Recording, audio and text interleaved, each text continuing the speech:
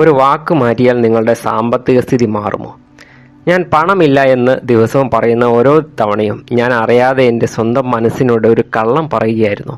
അതോ ആ ഒരു വാക്ക് തന്നെയായിരുന്നു എൻ്റെ ജീവിതത്തെ കാണുന്ന രീതിയെ പതുക്കെ പതുക്കെ മാറ്റിക്കൊണ്ടിരുന്നത്? ഒരു കാലത്ത് ഞാൻ എന്ത് വാങ്ങാൻ കഴിയാത്ത സാഹചര്യം വന്നാൽ ഒരു വാക്ക് മാത്രമാണ് ഉപയോഗിച്ചിരുന്നത്: എനിക്ക് പണമില്ല. ആദ്യം അത് ഒരു സാധാരണ വാചകമാണെന്ന് തോന്നി. എല്ലാവരും അങ്ങനെ തന്നെ പറയുന്നുണ്ടല്ലോ എന്ന് കരുതി.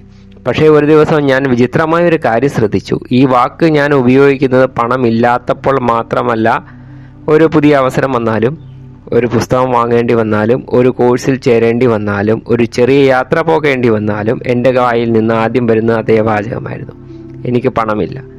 അപ്പോൾ ഞാനൊരു ചോദ്യം സ്വയം ചോദിച്ചു: ശരിക്കും എനിക്ക് പണമില്ലായിരുന്നോ, അതോ ഞാൻ പണത്തിന് വേണ്ടി ഒരു മുൻഗണന നൽകിയിരുന്നോ?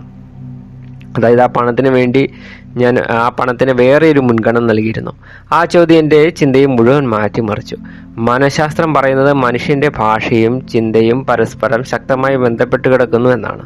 നമ്മൾ ആവർത്തിച്ച് പറയുന്ന വാക്കുകൾ നമ്മുടെ തിരിച്ചറിവിൻ്റെ ഭാഗമായി തുടങ്ങും.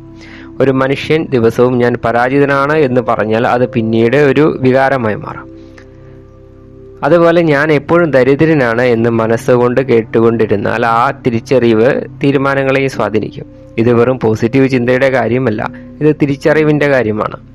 അന്ന് മുതൽ ഞാൻ ചെറിയൊരു മാറ്റം വരുത്തി. എനിക്ക് പണമില്ല എന്ന് പറയുന്നതിന് പകരം ഇപ്പോൾ ഞാൻ അതിന് മുൻഗണന നൽകുന്നില്ല എന്ന് പറയാൻ തുടങ്ങി. ഈ ഒരു വാചകം ആദ്യം വിചിത്രമായിട്ട് തോന്നി. പക്ഷേ പതുക്കെ എൻ്റെ തലച്ചോർ മറ്റൊരു രീതിയിൽ പ്രവർത്തിക്കാൻ തുടങ്ങി. കാരണം ആദ്യത്തെ വാചകം എന്നെ ഇരയാക്കി മാറ്റുന്നു, രണ്ടാമത്തെ വാചകം എന്നെ തീരുമാനമെടുക്കുന്ന രാജാവാക്കി മാറ്റുന്നു. ഇതിൻ്റെ വ്യത്യാസം വളരെ വലുതാണ്. ഒരു ദിവസം ഒരു സുഹൃത്ത് ഒരു പുസ്തകം വാങ്ങാൻ വന്നു. പറഞ്ഞു: ഞാൻ പഴയ ഞാൻ ആണെങ്കിൽ എന്തായിരിക്കും പറയുക? എൻ്റെ കയ്യിൽ പണമില്ല. പുതിയ ഞാൻ പറഞ്ഞു: ഞാനിപ്പോൾ അതിന് മുൻഗണന നൽകുന്നില്ല. അപ്പോൾ എൻ്റെ മനസ്സ് അടുത്ത ചോദ്യം ചോദിച്ചു: എന്തുകൊണ്ട്?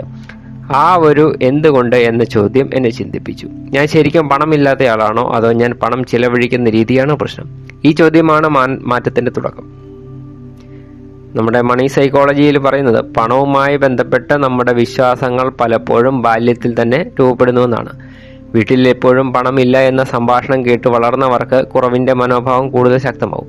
പണം എപ്പോഴും കൈവിട്ടു പോകുന്ന ഒന്നാണ് എന്നൊരു അദൃശ്യ വിശ്വാസം ഉള്ളിൽ രൂപപ്പെടാം. പിന്നീട് വലിയ ആളായാലും ഈ ഒരു ശബ്ദം മനസ്സിൽ തുടർന്നുകൊണ്ടിരിക്കും: ഇല്ല, കഴിയില്ല, പറ്റില്ല, നമുക്ക് ഇല്ല.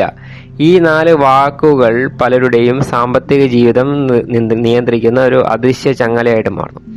ചില ആത്മീയ പാരമ്പര്യങ്ങൾ പറയുന്ന വാക്കുകൾക്ക് ഊർജ്ജമുണ്ട് എന്നാണ്.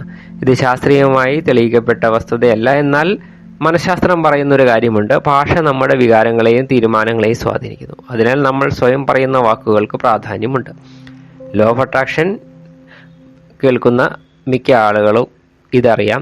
കുറവിൻ്റെ ഭാഷയിൽ നിന്ന് സമൃദ്ധിയുടെ ഭാഷയിലേക്ക് മാറണം എന്ന്. ഇതിനെ ആത്മീയ വിശ്വാസമായിട്ട് കാണാം. എന്നാൽ അതിനൊപ്പം ഒരു പ്രായോഗിക സത്യമുണ്ട്. സാധ്യതയുടെ ഭാഷ സംസാരിക്കുന്ന ഒരാൾ പലപ്പോഴും പുതിയ പരിഹാരങ്ങൾ അന്വേഷിക്കും. കുറവിൻ്റെ ഭാഷയിൽ കുടുങ്ങുന്ന ഒരാൾ പലപ്പോഴും അവിടെ തന്നെ നിൽക്കും. ഞാൻ മറ്റൊരു കാര്യം കൂടി ശ്രദ്ധിച്ചു. പണമില്ല എന്ന് പറയുന്ന ഓരോ തവണയും എൻ്റെ ചിന്ത അവിടെ അവസാനിക്കുന്നു. എങ്ങനെ സമ്പാദിക്കാം എന്ന ചോദ്യം പോലും വരുന്നില്ല. എങ്ങനെ പഠിക്കാം എന്ന ചിന്ത വരുന്നില്ല. എങ്ങനെ കൂടുതൽ മൂല്യം സൃഷ്ടിക്കാം എന്ന ആശയം വരുന്നില്ല. കാരണം മനസ്സ് അടച്ചുപൂട്ടിയിരിക്കുകയാണ്. വിധി പറഞ്ഞു കഴിഞ്ഞു. പക്ഷേ ഞാൻ വാക്ക് മാറ്റിയപ്പോൾ മനസ്സ് പുതിയ വാതിലുകൾ തുറക്കാൻ തുടങ്ങി. ഇപ്പോൾ എനിക്ക് പുസ്തകം വാങ്ങാൻ താല്പര്യമുണ്ട്. അതിന് വേണ്ട പണം എങ്ങനെ കണ്ടെത്താം എന്ന് തലച്ചോർ ചിന്തിക്കാൻ തുടങ്ങി. മനുഷ്യൻ്റെ തലച്ചോർ ചോദ്യങ്ങൾക്ക് ഉത്തരങ്ങൾ നൽകുന്ന അത്ഭുതകരമായ യന്ത്രമാണ്. നിങ്ങൾ ശരിയായ ചോദ്യം ചോദിച്ചാൽ പലപ്പോഴും പുതിയ ചിന്തകൾ ജനിക്കും. ഒരു ദിവസം ഞാൻ വലിയൊരു കോഴ്സിൽ ചേരണമെന്ന് ആഗ്രഹിച്ചു. പഴയ ഞാൻ അതിനെ ഉപേക്ഷിച്ചേനെ. അതായത് എൻ്റെ കയ്യിൽ പണമില്ല എന്ന് പറഞ്ഞ് ഉപേക്ഷിച്ചേനെ. പക്ഷേ പുതിയ ഞാൻ സ്വയം ചോദിച്ചു: ഇതിന് വേണ്ട പണം സമ്പാദിക്കാൻ ഞാൻ എന്ത് ചെയ്യണം? അതാണ് യഥാർത്ഥ മാറ്റം. ഞാൻ പണത്തെ അന്വേഷിച്ചില്ല, ഞാൻ മൂല്യത്തെ അന്വേഷിക്കാൻ തുടങ്ങി. ചോദ്യം ചോദിക്കാൻ തുടങ്ങി. കാരണം പണം പലപ്പോഴും മൂല്യത്തിൻ്റെ പിന്നെയാണ് വരുന്നത്. മറ്റൊരു വലിയ തിരിച്ചറിവ് എന്നെ കാത്തിരിക്കുന്നു. ധനികരായ പലരും പണത്തെക്കുറിച്ച് സംസാരിക്കുന്ന രീതി വ്യത്യസ്തമാണ്. അവർ നിരന്തരം പണമില്ല എന്ന് പറയാറില്ല. അവർ ചോദിക്കുന്നത് എങ്ങനെ എന്നുള്ള ചോദ്യമാണ്. എങ്ങനെ വളർത്താം, എങ്ങനെ നിക്ഷേപിക്കാം, എങ്ങനെ സംരക്ഷിക്കാം, എങ്ങനെ മറ്റൊരു വരുമാന മാർഗം സൃഷ്ടിക്കാം. അവരുടെ സംഭാഷണങ്ങൾ പോലും സാധ്യതയെ ചുറ്റിപ്പറ്റിയാണ്. അതുകൊണ്ട് അവർ ധനികനായത് എന്ന് പറയാൻ കഴിയില്ല. പക്ഷേ ആ മനോഭാവം അവരുടെ തീരുമാനങ്ങളെ സ്വാധീനിച്ചിട്ടുണ്ടാവും.